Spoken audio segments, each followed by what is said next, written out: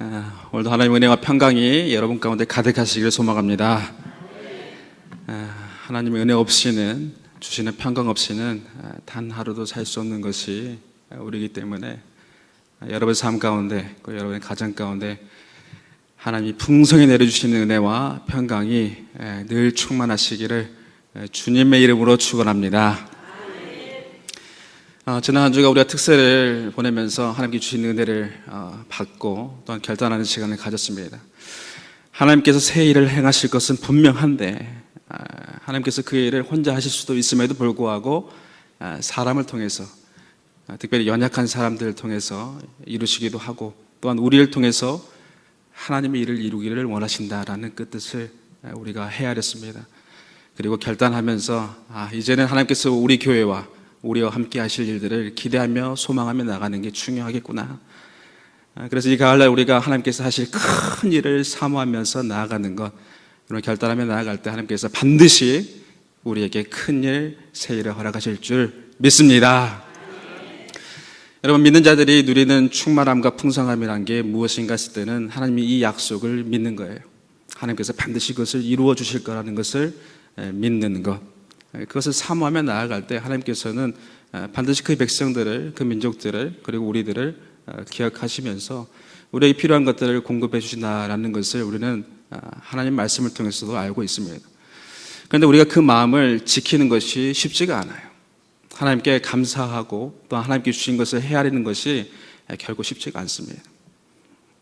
우리에게 어떤 마음이 필요한가 할 때는 늘 생각할 때, 특별히 이렇게 결실하는 가을의 계절에 생각해야 될 것은 무엇인가 할 때는 내 손에 거둬들인 것, 내가 가진 것이 내 능력과 노력으로 이루어진 것이 아니라는 것을 아는 마음이 필요하다는 거예요. 그래서 시인 김현숙이라는 분은 그가 썼던 감사하는 마음이라는 시 가운데 여러 가지 마음들을 그가 풀어놨어요. 이분은 정말 독실한 그리스도인이면서 수많은 시를 썼던 분인데, 아마도 여러분께서 기억하실 만한 시 하나가 가을에는 기도하게 하소서라는 시가, 아마 여러분께서 내용은 모르시더라도 제목은 아실 텐데, 제가 오늘은 그분의 시 가운데 감사하는 마음이라는 시를 소개하고자 합니다. 내용이 많아서 제가 일일이 읽지는 않고 그 내용의 중심 내용이 어떤 건지, 시가 어떤 내용인지를 잠시 설명하면은 우리가 받았고 누렸기 때문에 감사하는 것은 아니라는 것이에요. 우리 선조들은 그 광야에서 힘들었지만은 첫 제단을 하나님 앞에 올려드렸고, 정말 가난하고 힘들었던 시대에 그 과부들은 없고 없던 중에도 하나님 앞에 드렸더니 하나님께서 그 인생들을 책임지시고 돌봐주셨다라는 거예요. 그러면서 그 마지막 시의 말미에 감사하는 마음은 어떤 마음인가, 그가 소개하고 있는 게, 감사하는 마음, 그것은 곧 어떠한 마음이냐고, 아는 마음이다. 내가 누구인가를, 그리고 주인이 누구인가를 깊이 어떠한 마음이요? 아는 마음. 내가 어떠한 존재인지를 아는 것, 내가 하나님의 도움 없이는 단 한순간도 살 수 없는 존재라는 것을 아는 것, 내 주인이 누구인지, 나를 이끄시고 돌보시는 사람이 누구인지를 아는 마음, 여러분 그 마음이 있을 때 비로소 우리 마음속에 감사하는 마음 하나가 생겨난다라는 것이죠. 여러분, 이 가을날 우리가 누릴 수 있는 충만함은 어디서부터 일어나는 것인가 할 때는, 물질이 충만해서 많은 우리가 걷어들여서 감사하는 마음이 생기는 것이 아니라, 내 인생의 주인이 누구인지를 아는 그 마음이 내 마음속에 생겨나기 시작할 때 비로소 감사할 수 있다.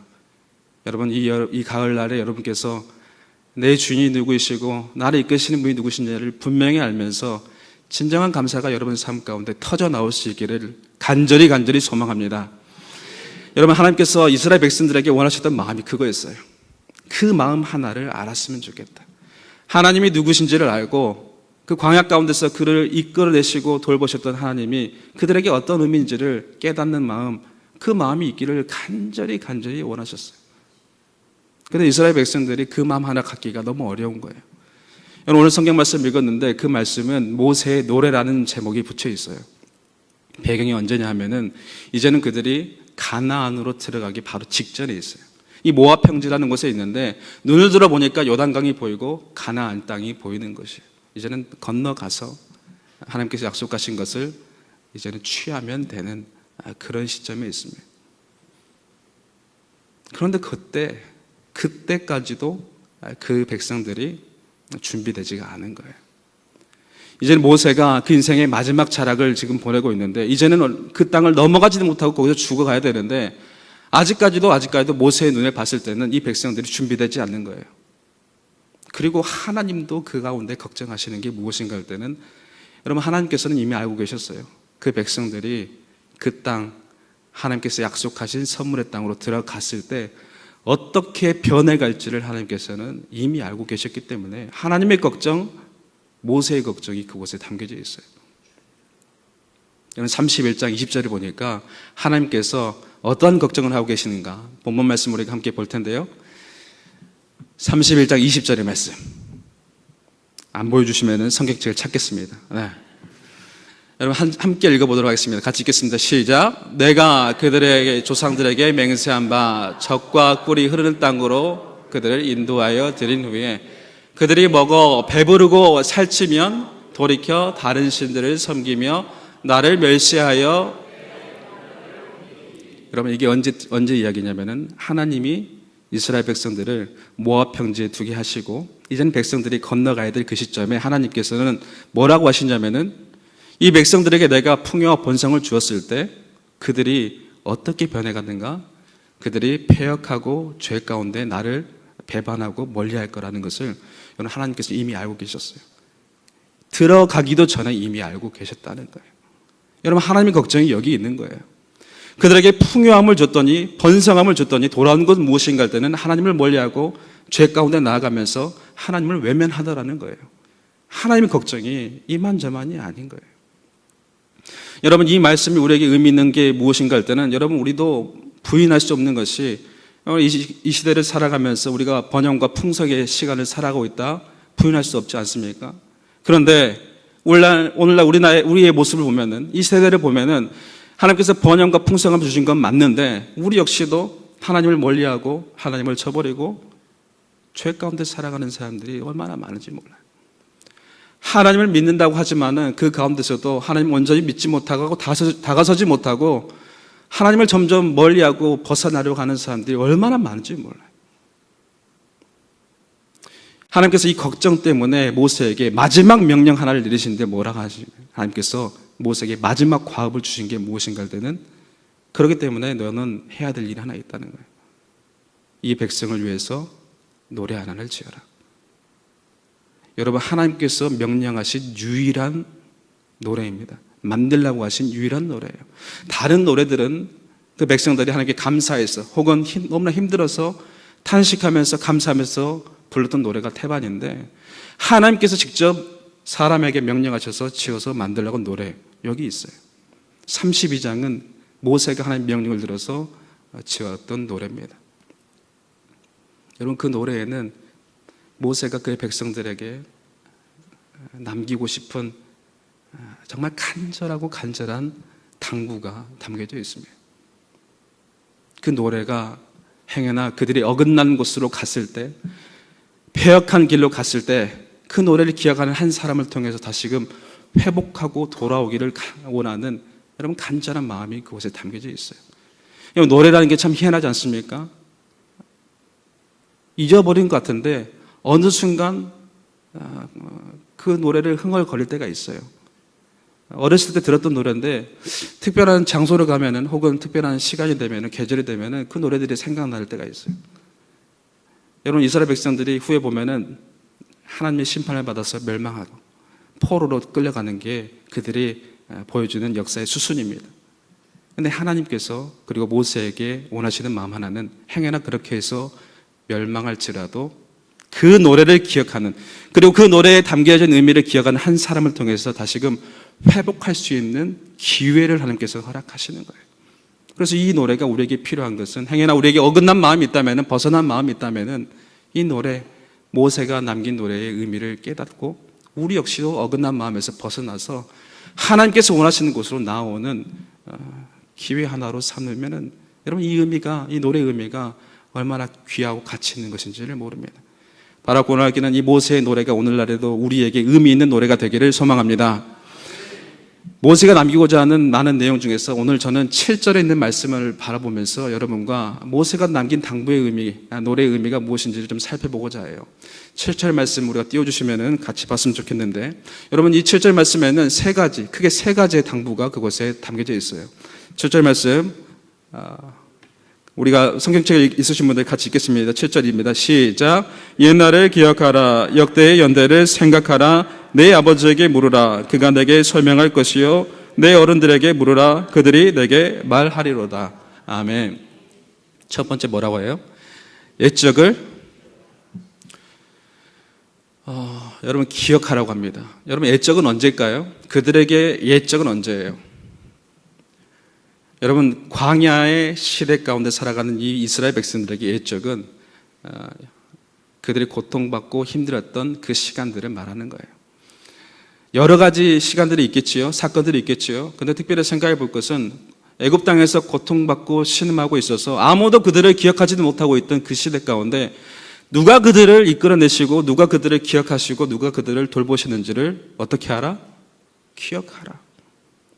광야 여정 가운데서 그들이 단 한순간도 앞으로 나아갈 수 없는 그 시간 가운데서도 하나님께서 어떻게 너희들을 돌보시고 지키시고 이끌어내셨는지를 기억하라. 하나님께서 기적과 같은 일들을 보이시면서 바다를 가르쳐서 너희들을 건너게 하시고 행여나 없을까 배고플까 만나와 메추라기를 주시고 기둥과 불기둥으로 너희들 지키셨던 그 시간들을 기억하라. 그것을 기억할 때 너희들이 소망이 있고 그 시간 가운데 함께 하셨던 하나님을 너희들이 기억할 때 다시금 너희들이 회복할 수 있다라는 것이에요. 너희들이 여기 있는 것, 약속의 땅을 받는 것 너희들이 잘해서가 아니라 하나님께서 너희들을 지키시고 이끄셨다라는 것을 기억할 때 다시금 너희들이 회복할 수 있다라는 것이에요. 여러분 오늘 우리가 이 땅 가운데 살아가는 것, 지금 이 순간까지 살아가는 것, 여러분 우리가 잘해서 살아가는 것 아닙니다.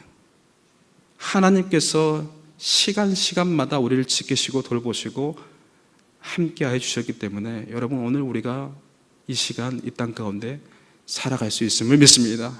여러분 우리 교회도 마찬가지예요. 하나님께서 그 모든 시간 가운데 이 시간마다 지켜주시고 돌봐주시고 여러분 갈 길을 보여주셨기 때문에 오늘날에 우리 교회가 이렇게 아름다운 성전에서 예배를 드릴 수 있는 것이에요. 이 나라 민족의 역사도 그러합니다. 하나님의 돌봄 없이는 우리 진작 멸망하고 없어질 인생들, 이 나라 민족 하나님이 돌봐주셨기 때문에 여러분 그 옛적에 하나님이 돌봐주셔서 기적과 같이 우리에게 풍성함과 풍요를 주셨던 그 하나님의 은혜를 기억할 때 여러분 우리는 다시금 일어설 수 있다라는 사실이에요. 반면에 그것을 잊어버렸을 때 여러분 우리는 똑같은 실수를 반복하고 똑같은 멸망의 길로 걸어갈 수밖에 없어요. 여러분 이스라엘 백성들 정말 참혹한 역사의 경험을 가지고 있던 그 백성들, 홀로코스터의 그 참혹한 역사의 흔적을 가지고 있던 이스라엘 백성들이 그 모든 전쟁이 끝나고 이스라엘 땅 가운데 지었던 박물관 하나 있는데 야드 바셈이라는 박물관 하나를 지었습니다. 전쟁 기념관을 지었어요. 야드 바셈이라는 의미는 무엇인가 할 때는 의미가 이름을 기억하라는 것이에요. 이름을. 어떤 이름이겠어요? 그 고통 가운데 죽어갔던 이름들을 기억해내라는 것이에요. 반드시 기억하라는 거예요. 그러면서 그 박물관으로 기념관으로 들어가는 입구 하나에 이런 글 하나 써놨습니다. 용서하라. 용서는 우리가 해야 될 몫이다. 하나님께 주신 마음으로 용서해야 된다. 그러나 결단코 잊지 말아라. 기억하는 것은 우리를 구원으로 이끌 것이지만 망각을 한다면 그것은 우리에게 또 다른 절망과 고통을 선물할 것이다 라고 설명하면서 참혹했던 그 역사 가운데, 그럼에도 불구하고 그 역사 가운데 하나님께서 우리 민족을 어떻게 이끄시고 지켜주셨는지를 잊지 말라 말하고 있는 것이에요. 여러분 바라보고 나기는 우리가 하나님께서 우리를 어떻게 돌보시 이끄셨는지를 단 한순간도 잊지 않기를 간절히 소망합니다. 잊지 않고 기억할 때 다시금 우리 손에 하나님께서 허락하신 소망 하나, 희망 하나 다시금 쥐어내고 하나님께서 허락하신 새 일을 이뤄낼 수 있을 줄 믿습니다. 두 번째 메우스가 명령하는 건 무엇인가 할 때는 생각하라는 거예요. 뭘 생각하라는? 역대의 연대를 기억하라고 말하고 있습니다. 세대와 세대를 이끌어 가시고 이어가게 하셨던 하나님의 역사를 기억하라는 것이에요. 여러분, 하나님의 역사는 끊어진다 생각했지만 단 한순간도 끊어지지 않고 지금까지 이어져 왔습니다. 면면부절 단 한순간도 끊어짐이 없었어요. 여러분, 하나님께서 그 역사를 이어로 가실 때 많은 사람이 필요했던 것도 아니에요. 어떨 때는 한 사람의 결단만 있어도 하나님께서는 그 나라 민족을 이끌어 가시고 하나님의 역사 또한 이어가게 하셨어요. 많은 사람들, 크고 강대한 힘이 하나님의 역사를 이어가게 하신 게 아니라는 거예요. 하나님 앞에 헌신한 한 사람, 하나님 앞에 충성된 한 사람, 하나님의 그 신실한 약속을 믿은 한 사람만 있어도 하나님께서는 그 모든 역사를 이루어 가심에 부족함이 없었다는 거예요. 심지어는 이방의 왕들을 통해서도 하나님께서 그 역사를 이어가셨어요. 여러분, 하나님 그런 능력이 있으신 분이에요. 충분히 그 스스로도 그 모든 역사를 이어가게 하실 수 있는 분인데도 불구하고 하나님께서는 오늘날 우리를 부르시고 그의 백성들과 함께 그 역사를 이루어가기를 원하신다는 거예요. 하나님은 그렇게 하실 수 있는 능력이 있다는 거예요. 여러분, 그러면 우리가 질문해야 되는 건 무엇인가? 그럼 나는 어떻게 해야 되는가? 하나님의 역사, 하나님께서 충분히 하실 수 있지만은 하나님께서 사람을 부르셨다니까요. 그러면 나는 어떻게 살아야 되냐는 거예요. 여러분, 하나님의 역사를 이어가기 위해서 우리가 어떻게 살아가는지를 여러분 고민해야 됩니다. 하나님의 역사 그냥 알아서 하시겠지가 아니라 하나님께서 오늘 나에게 주실 명령이 무엇이고 나에게 주신 사명이 무엇인지를 기억하며 그것을 하나하나 그 주어진 자리에서 이루어갈 때 여러분, 우리 역시도 하나님의 역사를 이루어가는 사람으로 살아갈 수 있다는 것이에요. 모세도 그렇지 않습니까?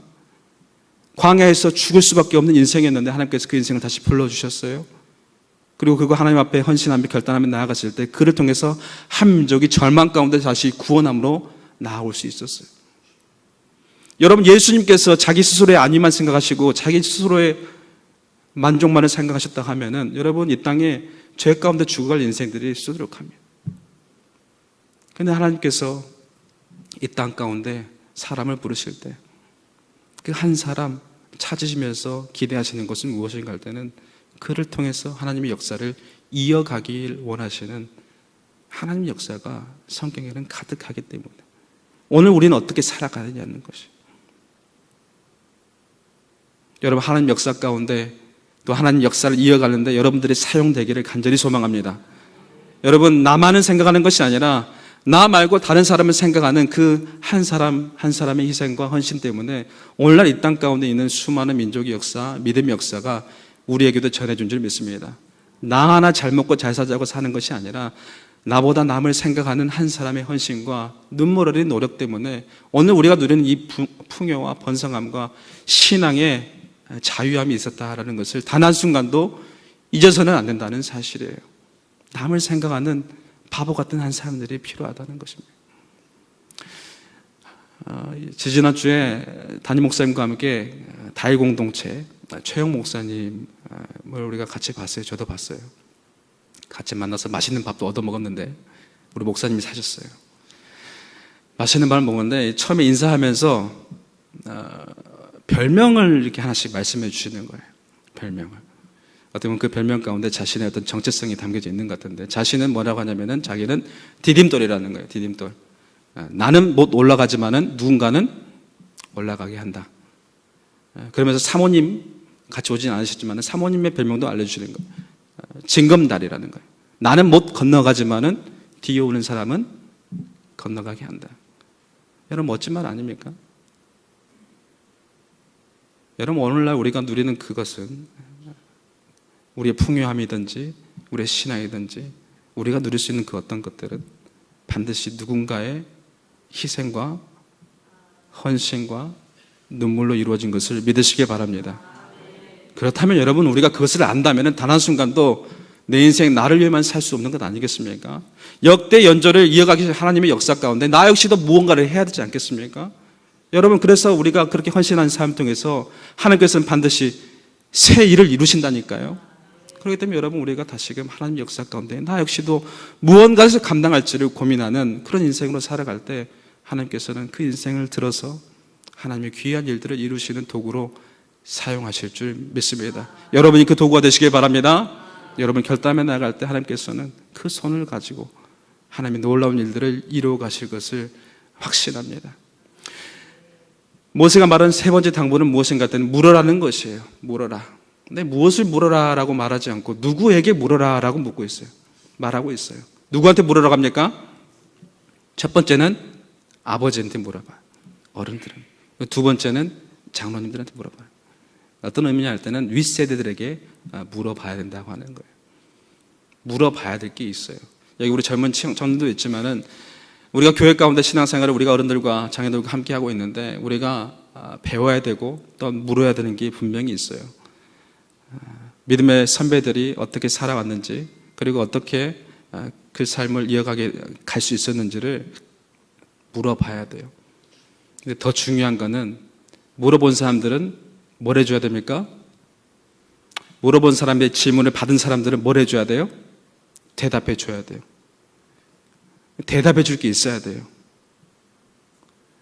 근데 여러분의 신앙을 한번 천천히 돌아보면서 누군가 여러분에게 여러분의 신앙생활을 한번 다 정리하고 돌아봤을 때 여러분의 자녀에게 혹은 믿음의 후배들에게 남겨줄 말씀이 있습니까? 라고 물어보면 여러분 해줄 말씀이 있으세요?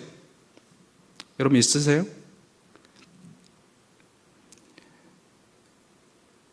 쉽지 않아요.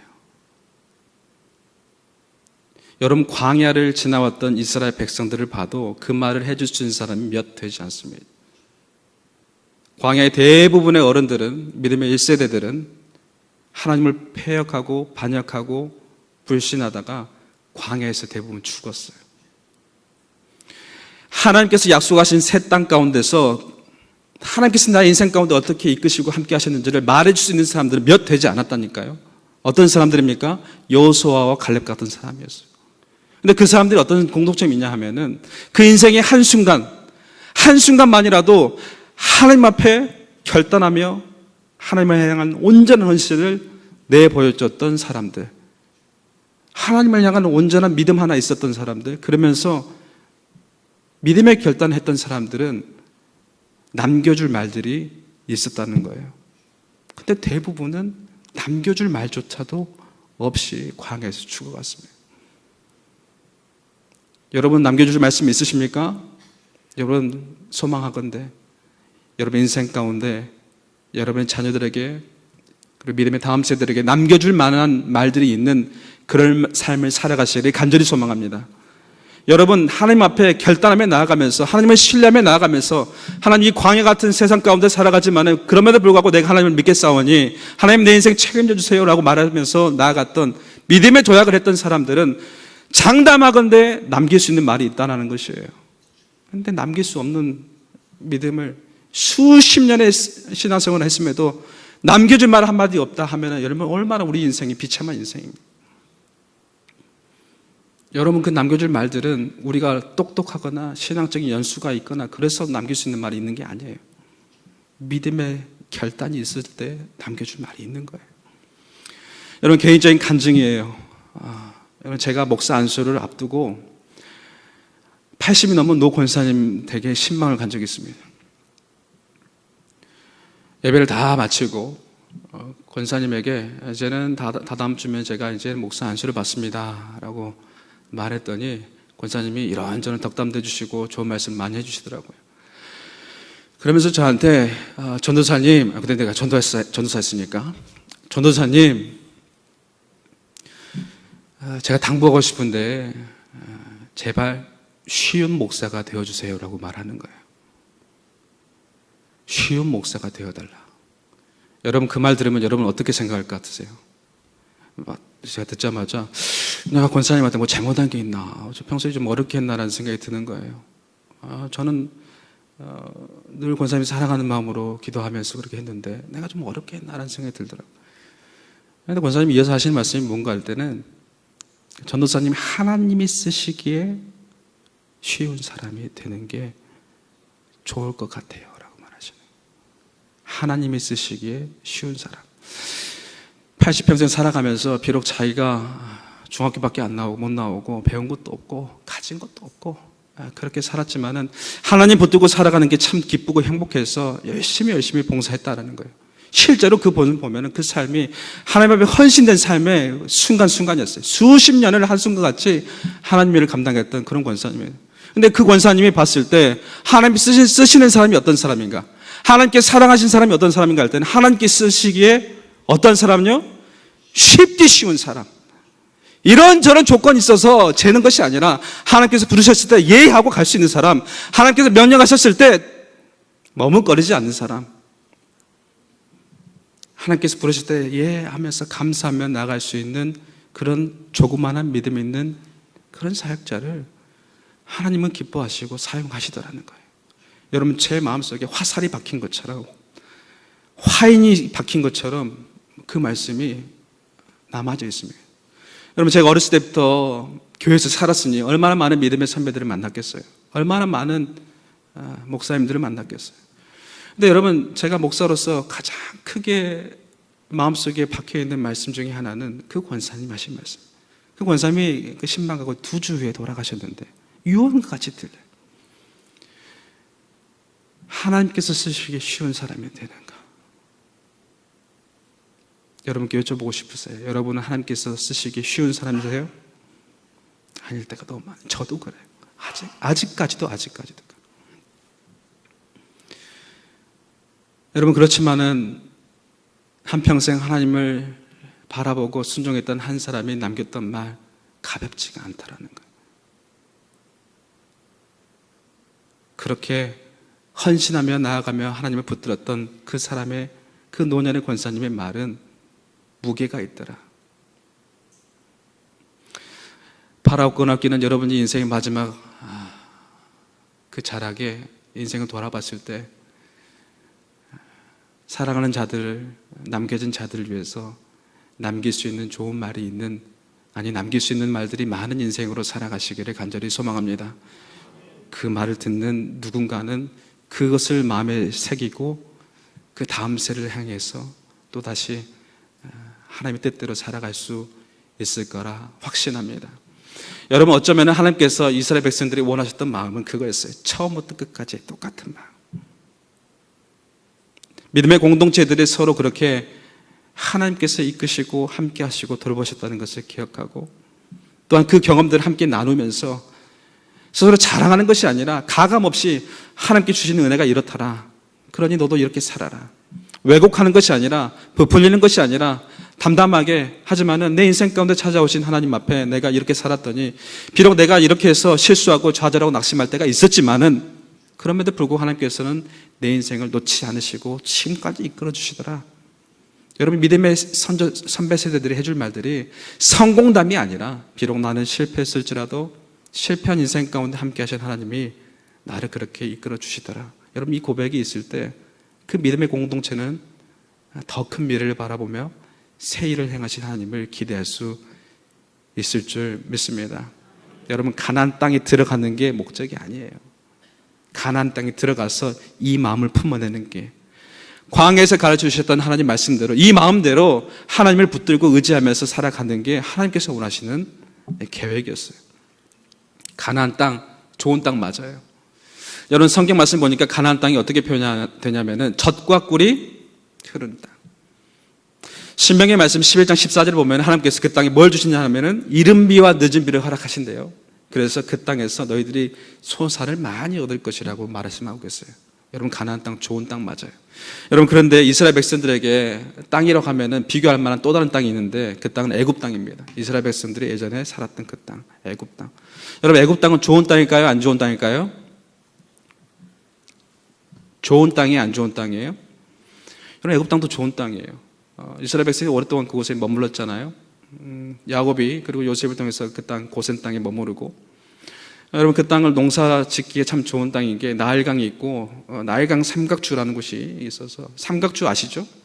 땅이 비옥하고 또한 물이 풍성해서 농사 짓기에 참 좋은 땅이에요. 여러분, 그 땅 참 좋은 땅이에요. 근데 가나안 땅은 어떤 땅인가?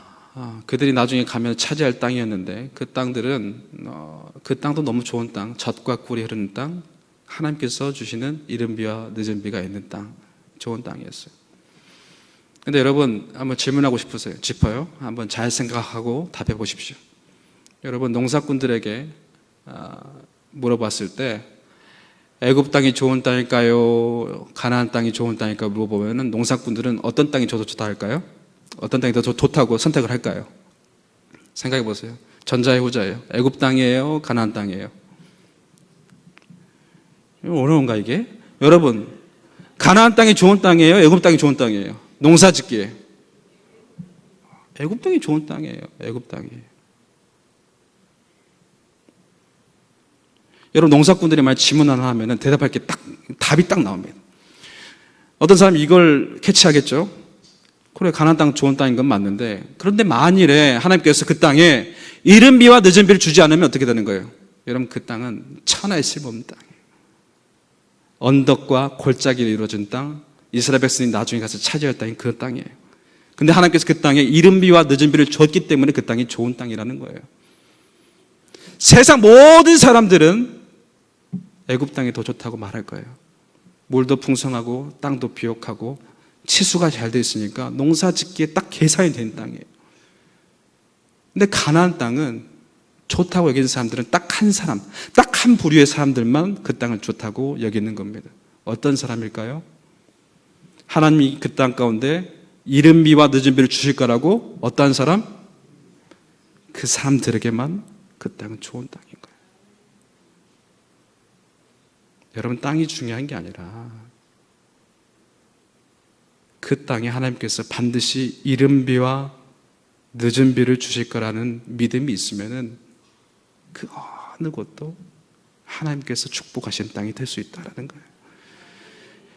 여러분, 그 약속이 있을 때, 이스라엘 백성들이 그 약속이 있을 때 그들이 차지할 모든 땅이 좋은 땅이 될 수 있었는데, 여러분, 그것을 잊지 못하고 기억하지 못했을 때 그들이 패망의 길로 걸어갔다라는 사실이에요. 여러분의 가정 가운데, 삶 가운데 하나님께서 반드시 이른 비와 늦은 비를 주실 줄 믿으시기 바랍니다. 그러면 그 땅은 그 어디에 있든지 풍성하고 좋은 땅, 하나님께서 축복하신 땅이 될 수 있을 줄 믿습니다. 우리 민들레 교회가 그 땅이 되기를 소망합니다. 하나님의 신실한 약속을 믿고 의지하면서 하나님께서 반드시 이곳에 우리에게 필요한 이른 비와 늦은 비를 주실 거라는 그 믿음이 있으면은, 여러분, 이 땅은, 이 교회는 세상 그 어느 곳보다 아름답고 귀하고 축복된 땅이 될 수 있을 줄 믿습니다. 오늘도 우리가 이 믿음 하나 가지고 우리가 나가는 곳곳마다 하나님께서 주시는 그 풍성한 은혜를 누릴 수 있기를, 여러분의 가정에 하나님께서 반드시, 내 인생 가운데도 반드시 하나님께서 이른 비와 늦은 비를 주실 거라 믿는 그 믿음 하나로 여러분 이 가을날 하나님께 주시는 청청한 복과 풍성한 은혜를 마음껏 누리는 여러분의 삶이 되시기를 간절히 소망합니다. 한 주가 우리가 살아갈 때, 여러분이 나가는 곳곳마다 하나님께 주시는 그 약속 하나 믿고 나아갔을 때 여러분을 통해서 누군가가 또한 풍성함을 누리고, 이 가을날 물질의 풍성이 아니라 하나님이 주시는 영적인 풍성함으로 가득하여서 하나님이 여러분을 통해서 새 일을 이루실 그 날들을 소망하며 나아가는 복된 한 주 여러분의 삶이 되시기를 주님의 이름으로 간절히 축원합니다. 기도하겠습니다.